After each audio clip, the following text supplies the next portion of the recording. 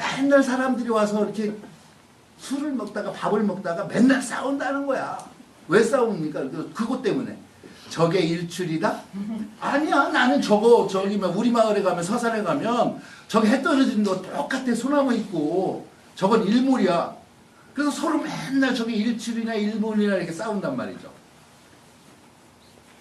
그래서 거기에다가 그림 그리는 사람이 한번 보고 또 서예하시는 선생님이 거기다 화제를 하나를 탁 써놓으면 사람들이 일출이다 일몰이다 그걸 명확하게 써져 있기 때문에 알지 않을까라고 해서 이제 일강 선생님하고 같이 가서 그런 그림을 가지고 화제를 써주고 온 기억이 있습니다. 한번 다음 보실까요? 이것도 이제 제 그림인데 넘겨주시고요. 한번 넘겨보시고요. 자, 이런 사진하고 이런 그림이겠죠. 비슷한 그림인데, 자, 다음 한번 보실까요?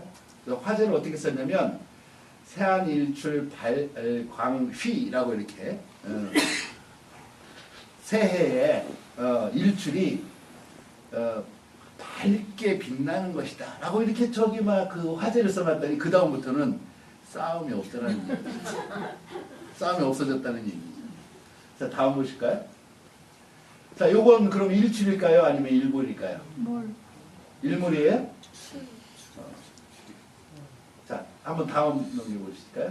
자, 저렇게 화제를 해광반조라고 이렇게 해놓으면 사람이 그렇더라고 해요. 그 돌아가시기 전에 해가 질 때 가장 해가 빛날 때가 있대요. 그걸 해광반조라고 얘기를 하는데 사람이 돌아가실 때 아니면 뭐 이렇게 치매에 걸려가지고 돌아가시기 전에 정신이 바짝 돌아와가지고 그런 것을 이제 두고 얘기를 할 때 해광반조라고 하죠. 그래서 사실은 저도 일출입니다. 예, 일출이에요. 그런데 글씨 하나가 저렇게 쓰여져 있으니까 사람들은 일몰이라고 생각을 하는 것이죠. 다음 보실까요? 그렇게 사람마다 보는 시각이 보는 생각들이 다르다 이거죠. 매화가 아주 예쁘네요. 다음 보실까요? 저 나태주 선생님이 되게 풀꽃이라고 하는 시를 참 좋아하는데 자세히 보아야 예쁘다. 오래 보아야 사랑스럽다. 바로 너도 그렇다고 하는 시인데 사실 자세히 보아야 예쁘다라고 하는 것은 어떤 사물을 봤을 때에 그 사물을 자세하게 볼 수 있는 마음, 그런 눈을 가지고 있어야 좋은 그림을 그릴 수 있는 첫 번째 방법이죠. 다음 보실까요? 다음 보시고 그림을 그리는 사람들은 그 어떤 대상을 보는 데 있어서 훈련되어진다고 저는 생각합니다. 저도 훈련되어졌고 그렇게 보려고 노력을 했고 또 그것을 그렇게 자세하게 볼 수 있어야지만이 그것을 정확하게 그려낼 수 있었으니까요. 자, 첫 번째는 이제 충가만인데 충가만이라고 하는 것은 글자 그대로 벌레의 충자죠. 벌레의 눈으로 보는 것이죠. 그래서 어떤 대상을 보는 데 있어서 벌레의 습성처럼 어떤 대상을 보는데 가깝게 보는 것이죠. 벌레는 뭐예요? 그냥 이렇게 겨다니는 거잖아요. 날아다닐 수가 없어요. 그래서 멀리 볼 수가 없어. 바로 눈앞에 있는 것만 볼 수가 있는 것들이죠. 그래서 어떤 대상을 그리고자 했을 때에는 이것을 가까이에서 자세하게 관찰을 해야 된다는 것이죠. 다음 보시죠. 그 다음에는 두 번째는 새 눈으로 봐야 되는 것이죠. 조가만이죠. 새는 뭐냐면 멀리 공중에서 이렇게 배를 하면서 넓게 보고 멀리 봐야 돼요. 왜? 그 대상에 대해서 전체적인 기운을 포착해야 되기 때문에.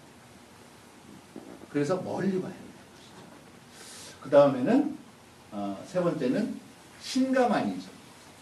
신가만은 뭐냐면 하나님의 눈으로 보는 것, 신의 눈으로 보는 것, 즉 정신의 눈으로 보는 것.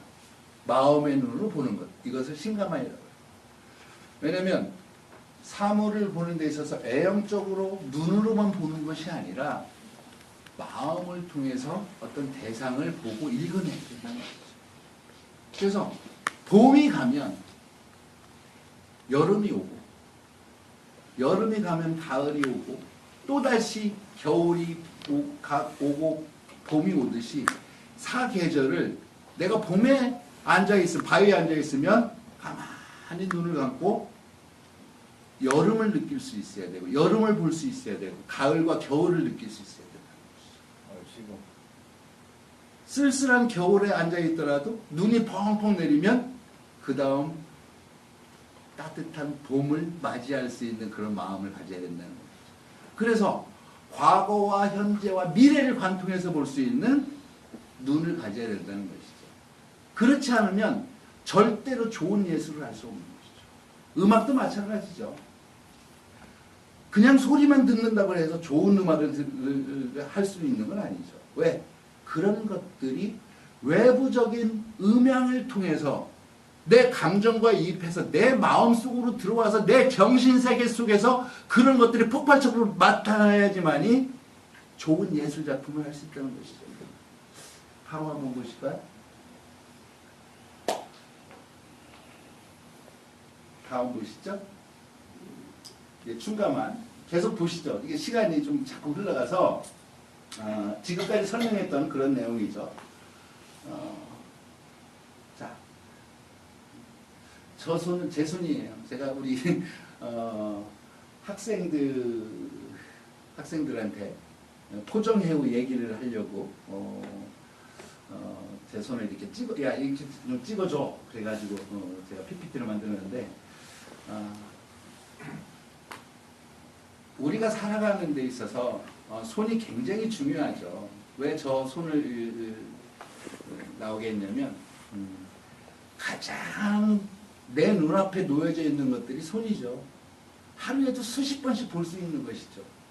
그런데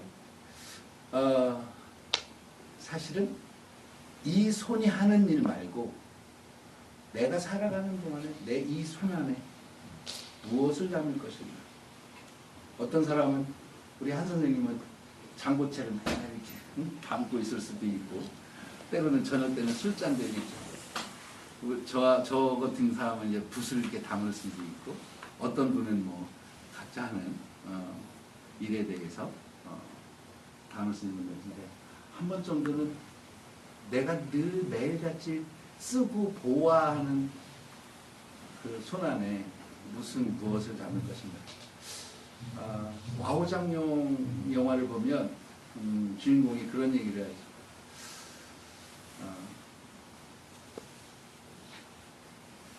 내 이 손아귀에 이 세상 모든 것을 다 담을 것 같은, 잡을 것 같은 마음이 생기고 그런 자신감이 있는데 그걸 다 쥐었다고 생각했을 때 무엇이 담겨져 있나 펴보면 아무것도 없더라라는 그런 대사가 있어요. 아주 명대사가 있죠.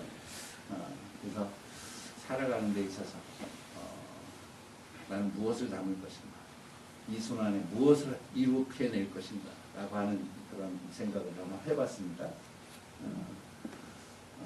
자, 다음 넘어가죠. 또 넘어가시죠. 이것도 뭐 이거 여러분들 이거 기도하는 손 알브 레이트 뒤에 독일 작가의 작품인데 교회 가면은 뭐 이렇게 식당 가면은 저게 많이 있을 거예요. 그래서 뒤로가 그린 기도하는 손에 대한 어떤 스토리가 있는데 그것도 얘기를 하자면 좀 시간이 좀 걸려서 그래서 찾아보시면 나올 겁니다. 친구의 우정에 대한 얘기거든요. 이거 요 그림은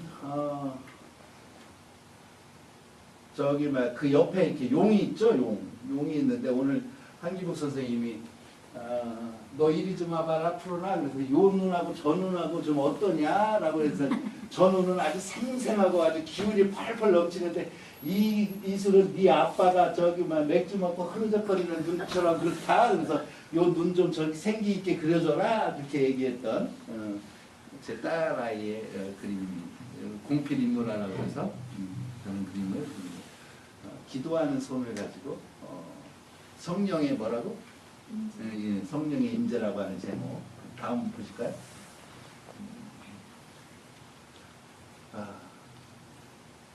사진 같으죠? 사진 같으죠? 조각 작품입니다. 마크 시잔에 한 3년 전인가 시립미술관에서 전시 한번 했었죠. 저 옆에 있는 것도 조각 작품입니다. 샘 징크스의 작품이죠.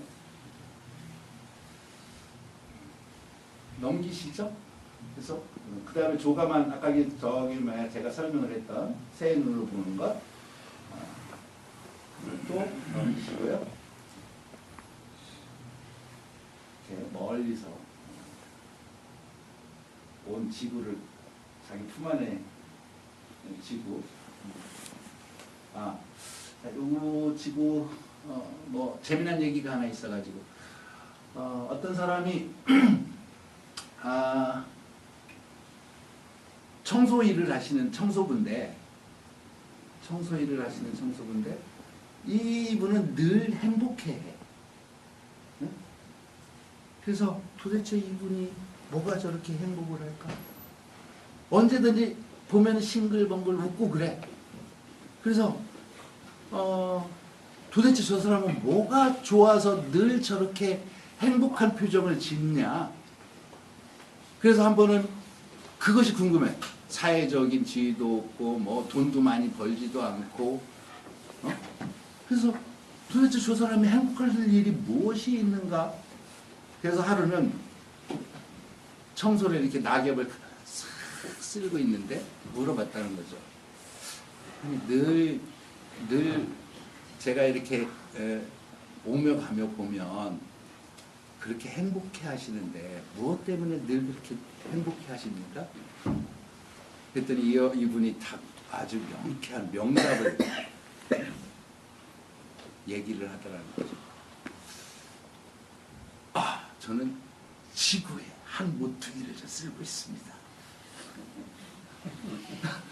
지구의 한 모퉁이를 이 얼마나 위대한 일을 제가 하고 있습니다. 사고의 영역이라고 하는 것, 내가 하고 있는 일이라고 하는 것이 그것이 위대한 일을 하고 있다. 지구의 한 모퉁이를 쓸고 있는 이 위대한 일이 얼마나 소중하고 위대한 일입니까? 사고라고 하는 것은, 생각이라고 하는 것은 내가 확장시키고 충전시키고 또 확장시키면 확장시킬수록 내가 큰 사람이 될 수 있고 내 생활이, 내 삶이 풍요로워지고 넓어진다는 것이죠. 이게 달에서 우주에서 내려다본 그 지구라고 하죠. 다음 한번 보실까요? 이것도 뭐 얘기하자면 길으니까 넘어가고 시간이 자꾸만 흘러가고 넘어가시죠. 넘어가시고 신인의 눈으로 본다는 거죠.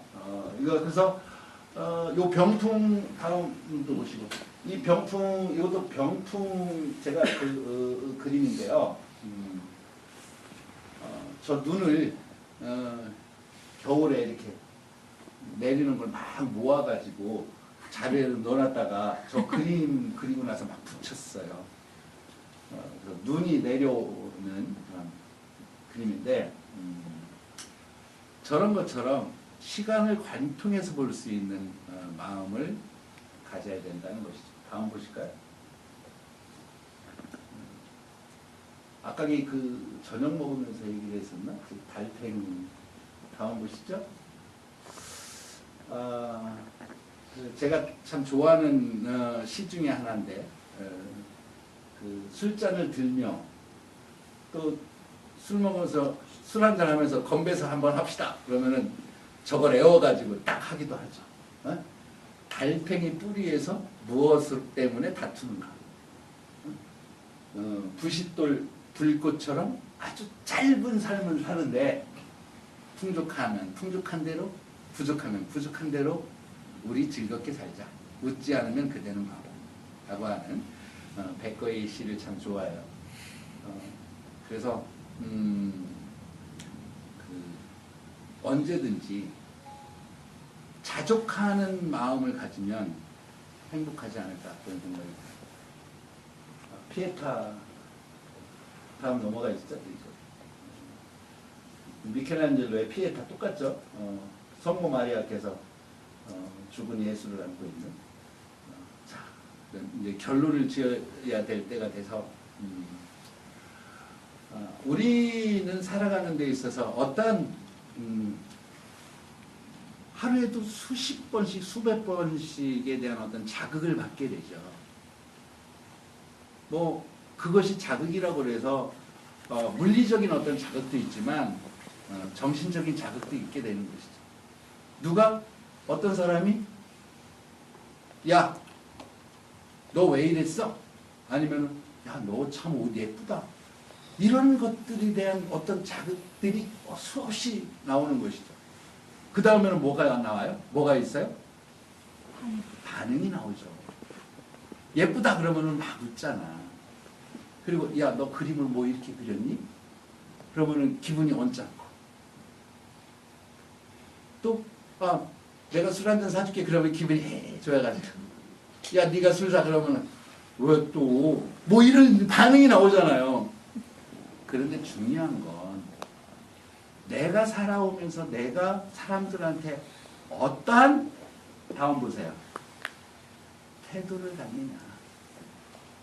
어떠한 태도를 상대방한테 보여주느냐. 이게 굉장히 중요한 사항. 저기 우리 친구 성률상 사장님이 있는데 저 태도 안에는 프레임이 있죠. 액자가 있잖아요. 그러니까 자극과 반응 그 사이에는 어떠한 형태로든 내가 사람한테 상대방한테 보여주는 태도가 있다는 거죠.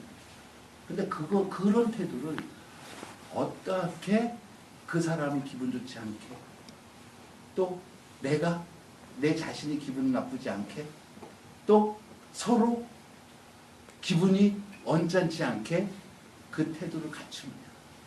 이것이 우리가 살아가는 데 있어서 가장 중요한 거죠. 다음 한번 넘어가시죠. 제가 마음이 굉장히 급합니다, 지금. 시간이. 요걸 끝으로 해서 마지막으로 제가 결론을 짓도록 하겠습니다. 사물을 보는 데 있어서 벌레의 눈으로, 새의 눈으로, 또 신의 눈으로 이렇게 보는 것들이 음악이든 그림이든 또 예술이 아닌 어떤 부분이든지 간에 알아야 그게 법이죠. 그리고 또 그것만 가지고는 안 돼. 멀리서 그 전체적인 것들의 기운을 또 느껴야 되고 그걸 포착해야 되고 그러면서 그 형상 자체를 버리는 거. 그랬을 때 무법으로 다시 귀환을 하는 것이죠. 그래서 언제든지 사물에 대한 어떤 시각, 사람에 대한 어떤 마음, 또 음악이 가지고 있는 어떤 기본적인 장단에서부터 다양한 것들이 살아가는 데 있어서 존재를 하는데 그런 것들을 잘 지켜서 그것을 결국에는 버릴 수 있다면 또 그것이 하나의 나의 마음으로 되돌아온다면 얼마든지 좋은 예술 작품을 하지 않을까.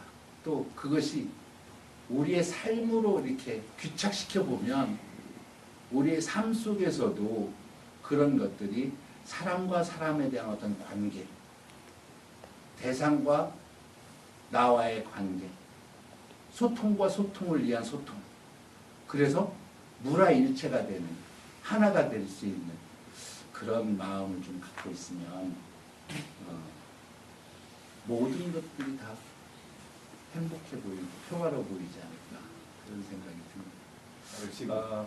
여기까지 제 강의를 경청해 주셔서 감사를 드리고